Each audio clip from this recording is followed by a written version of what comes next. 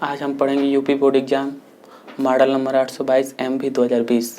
4 number का ये question है। प्रश्न संख्या 6 का क। एक नाव की शांत जल में चाल 15 किमी प्रति घंटा है। नाव की धारा की दिशा में 30 किमी जाने में तथा धारा की विपरीत दिशा में 30 किमी वापस लौटने में कुल 4 घंटे 30 मिनट में पूर्ण करती है। धारा की चाल ज्ञात कीजिए। तो देखिए कैसे हल करेंगे इसको। तो सबसे पहले लिख लेंगे हल। और नाव की शांत जल में चाल दिया था 15 किमी प्रति घंटा, उसको लिख लेंगे। माना धारा की चाल x किमी प्रति घंटा है। तो इस धारा की चाल बताना है, इसलिए उसको मान लेंगे x किमी प्रति घंटा। अब देखिए धारा की दिशा में नाव की चाल ज्ञात कर लेंगे। धारा जिधर बह रही थी उधर नाव की चाल क्या होगी। तो नाव की चाल शांत जल में 15 था और x धारा की चाल थी। तो जब धारा की दिशा में पूछा जाएगा तो दोनों को जोड़ देंगे, यानी 15 + x किमी प्रति घंटा हो जाएगा। और धारा के विपरीत दिशा में जब पूछा जाएगा तो दोनों को घटा देंगे, यानी नाव की चाल में से धारा की चाल को घटा देंगे। तो हो जाएगा 15 - x किमी प्रति घंटा।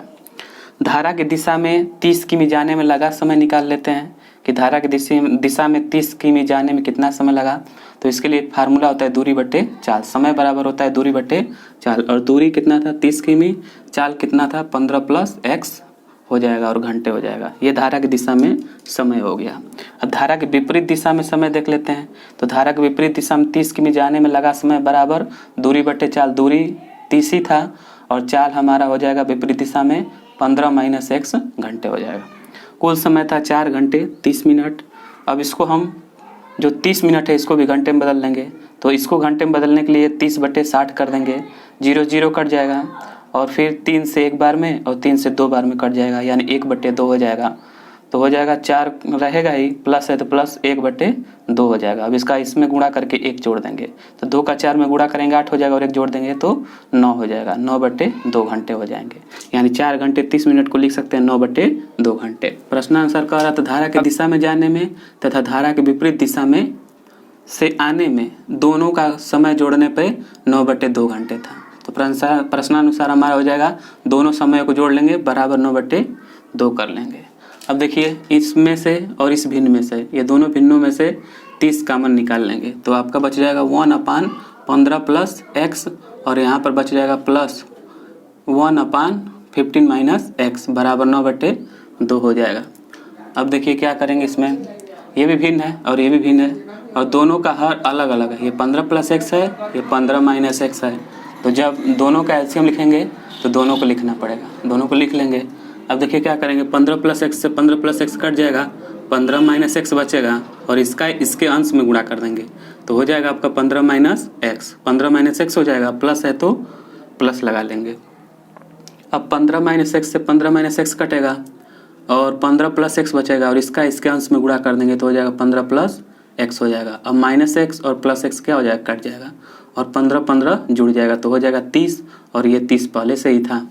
नीचे एक फार्मूला लग जाएगा, एक कोष्ठक में a + b और एक कोष्ठक में a - b। तो होता है आपका a² - b² बराबर 9/2 हो जाएगा। अब देखिए 30 का 30 में गुणा करेंगे 900 हो जाएगा, बट्टे 15 का स्क्वायर करेंगे 225 हो जाएगा, माइनस x² बराबर 9/2। 9 से यह 1 बार में और ये 9 से 100 बार में कट जाएगा। अब तिर्यक गुणा कर देंगे। तो तिर्यक गुणा देखिए कैसे करेंगे। सबसे पहले 2 का गुणा 100 में कर दीजिए तो हो जाएगा 200 और 1 का गुणा इन दोनों में कर देंगे। तो 1 का गुणा 225 में करेंगे तो 225 हो जाएगा और 1 का गुणा -x² में करेंगे तो -x² हो जाएगा। अब देखिए x को इधर पक्षांतर कर देंगे तो इधर -x इधर आकर के +x² हो जाएगा और 200 का उधर पक्षांतर कर देंगे तो 225 पहले से था और 200 इधर प्लस में उधर जा करके माइनस में हो जाएगा। तो अब घट जाएगा, 225 में से 200 घटा देंगे तो x² बराबर 25 हो जाएगा। अब इधर से वर्ग घटाएंगे तो ये रूट में चला जाएगा और यह किसका होता है, वर्गमूल 5 का होता है, इसलिए x बराबर 5 हो जाएगा। अतः धारा की चाल क्या हो जाएगी, 5 किमी प्रति घंटा। यही आपका आंसर हो जाएगा। आज हम पढ़ेंगे UP board exam model number 822 MB 2020। 4 number का यह क्वेश्चन है। प्रश्न संख्या 6 का ख। सड़क के एक ही ओर स्थित एक मकान के सड़क के दूसरी ओर स्थित मीनार के शिखर से मकान की छत और आधार के अवनमन कोण क्रमशः 45 डिग्री और 60 डिग्री हैं। यदि मकान की ऊंचाई 10 मीटर है तो मीनार की ऊंचाई ज्ञात कीजिए। देखिए कैसे हल करेंगे। सबसे पहले आपको फिगर बनाना जरूरी है। फिगर कैसे बनाएंगे, इसके लिए सबसे पहले एक सड़क बना लेंगे इस तरह करके। ये आपका सड़क हो गया जिसको मान लेंगे x मीटर है। अब सड़क के एक और मकान है इसलिए इधर मकान बना लेंगे और ये हो गया आपका मकान। सड़क के दूसरी ओर जो है वो मीनार है, उसको मीनार बना लेंगे। अब इसमें मान क्या था, अनुमान कोण कह रहा था कि मीनार के शिखर से यानी यहाँ से मकान का जो छत है और मकान का जो आधार है इस दोनों को देखा गया था और दोनों का अनुमान कोण हो रहा था। अगर छत को देखा जा रहा था तो अनुमान कोण 45 अंश का बन रहा था। तो अगर यहाँ पर 45 अंश का बनेगा तो यहाँ भी 45 अंश का कोण बन जाएगा। और शिखर से ही जब मकान के आधार को देखा गया तो अनुमान कोण 60 अंश का बन रहा था। तो जब यहाँ पर 60 अंश का कोण बनेगा तो यहाँ पर भी 60 अंश का कोण हो जाएगा, क्योंकि अनुमान कोण और उन्नयन कोण क्या होते हैं, बराबर होते हैं। इसलिए जितना ऊपर बनता है उतना इधर बन जाएगा। इधर 45 था तो यहाँ पर भी 45, इधर 60 है तो यहाँ भी 60 हो जाएगा। अब कह रहा था कि मकान की जो ऊंचाई है वो 10 मीटर है। ये जो मकान है इसकी ऊंचाई 10 मीटर है। तो आपको एक यहाँ पर आयत दिख रहा होगा, तो आयत में आमने सामने भुजा बराबर होती है, इसलिए AD अगर 10 मीटर है तो BC भी क्या हो जाएगा, 10 मीटर हो जाएगा। और AB अगर x मीटर है तो DC भी क्या हो जाएगा, x मीटर हो जाएगा। ये आमने सामने भुजा बराबर हो जाएगी। और देखिए क्या मान लेंगे, मीनार का ऊंचाई पूछ रहा था तो मीनार की ऊंचाई को मान लेंगे h मीटर। मीनार की ऊंचाई कितनी हो गई, h मीटर हो गई। और B से C तक की दूरी 10 मीटर है तो ऊपर दूरी कितना हो जाएगा, h में से 10 को घटा देंगे तो CE की दूरी निकल जाएगी। ये सब बातें यहाँ पर लिख लिया जाएगा। तो AD बराबर था BC के, ये भुजा इस भुजा के बराबर थी और ये था 10 मीटर। AB बराबर था DC के, AB बराबर था DC के, तो AB x था तो ये भी x हो गया। तो AB बराबर DC बराबर x मीटर। CE बराबर यानी ये दूरी कितनी हो जाएगी, तो ये h माइनस 10 है तो ये h माइनस 10 मीटर हो जाएगा। कोण EDC यानी ये कोण 45 अंश है। कोण EAB ये कोण 60 अंश है तो 60 अंश लिख लेंगे। अब समकोण त्रिभुज ECD में ये वाला त्रिभुज में, इस वाले त्रिभुज में हम लेंगे tan 45 अंश। 45 अंश का कोण बन रहा था इस त्रिभुज में, तो tan 45 बराबर होता है लंब बटे आधार। और लंब क्या हो जाएगा आपका CE लंब हो जाएगा तो CE हो जाएगा। और आधार क्या हो जाएगा, DC, यानी ये जो DC है वो आधार हो जाएगा। अब मान रख देंगे तो tan 45 का मान 1 होता है और CE दूरी था h माइनस 10 अपान DC का मान था x तो x लिख देंगे। अब चाहे तो इसको 1/1 कर लेंगे और तिर्यक गुणा करा देंगे तो x का 1 में गुणा हो जाएगा तो x हो जाएगा। और h माइनस 10 का गुणा 1 में हो जाएगा तो 1 का गुणा h में होगा तो h हो जाएगा, 1 का गुणा 10 में होगा तो माइनस 10 हो जाएगा। समीकरण नंबर 1। अब समकोण त्रिभुज EBA में इस समकोण त्रिभुज में तो इसमें 60 अंश का कोण बन रहा है, इसलिए हो जाएगा tan 60 या tan 60 अंश बराबर BE अपान AB। लंब बटे आधार AB होता है तो BE हो जाएगा, इसमें लंब BE हो जाएगा और आधार AB हो जाएगा तो BE अपान AB हो जाएगा। अब tan 60 अंश का मान रख देंगे तो tan 60 अंश का मान होता है √3 बराबर h अपान x। अब चाहे तो इसको भी अपान 1 कर लेंगे और तिर्यक गुणा करा देंगे तो x का √3 में गुणा होगा तो x √3 हो जाएगा और 1 का h में गुणा होगा तो h हो जाएगा। समीकरण नंबर 2। अब समीकरण 1 से x का मान समीकरण 2 में रख देंगे तो x समीकरण 1 में x का मान था h माइनस 10, तो यहाँ पर देखिए समीकरण 2 में यहाँ पर x आया हुआ है। अब यहाँ पर h माइनस 10 रख देंगे तो हो जाएगा h माइनस 10 और √3 था तो वो तो रहेगा ही बराबर h हो जाएगा। अब √3 का h में भी गुणा करा देंगे और माइनस 10 में भी, तो √3 का h में गुणा कराएंगे तो h √3 हो जाएगा और √3 का माइनस 10 में गुणा कराएंगे तो √3 हो जाएगा बराबर h हो जाएगा। अब माइनस, अब इन दोनों √3 को उधर भेज देंगे और h को इधर ला देंगे तो h √3 पहले से ही है और h इधर आ जाएगा तो माइनस h हो जाएगा और माइनस 10 √3 उधर जाएगा तो प्लस 10 √3 हो जाएगा। अब इसमें से कॉमन ले लेंगे h कॉमन निकलेगा तो हो जाएगा √3 माइनस 1 हो जाएगा बराबर 10 √3। अब h को इधर रोकेंगे और ये इधर गुणे में रहता है पूरा, उधर जाएगा तो डिवाइड में हो जाएगा तो h इधर रुक जाएगा तो h बराबर हो जाएगा 10 √3 अपान √3 - 1। अब इसका परमीकरण कर देंगे, तो इसका परमीकरण करने के लिए विलोम से गुणा कर देंगे, तो √3 - 1 है और इसका गुणा हो जाएगा √3 + 1 से, और √3 + 1 से नीचे गुणा करेंगे तो ऊपर भी गुणा करना पड़ेगा। अब ऊपर गुणा कर देंगे तो देखिए क्या हो जाएगा, 10 √3 है, √3 से इसमें भी गुणा कर देंगे और इसमें भी, तो √3 से √3 में करेंगे तो 3 हो जाएगा, और √3 से 1 में करेंगे तो √3 हो जाएगा, यानी हो जाएगा 10 3 + √3। और नीचे एक कोष्ठक में a - b बन रहा है और एक कोष्ठक में a + b, तो आपका फार्मूला होता है एक कोष्ठक में a - b और एक कोष्ठक में a + b, तो a² - b², तो हो जाएगा √3 का स्क्वायर -1 का स्क्वायर हो जाएगा। अब देखिए h बराबर हो जाएगा 10 3 + √3 अपान √3 का स्क्वायर होता है 3, माइनस है तो माइनस, और 1 का स्क्वायर 1 हो जाएगा।